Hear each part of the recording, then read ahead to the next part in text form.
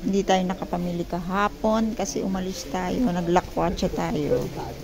So ngayon tayo mamimili for babies. Ito merienda namin. Vlogger ako eh. Wow. Yeah. Iyan na niyo ako. Zen's All-in-One Life Sharings. Promote natin yan. O, tabi siya ng ano yan. Dito masarap mga kakanin. Dito kami lagi nag-memorable.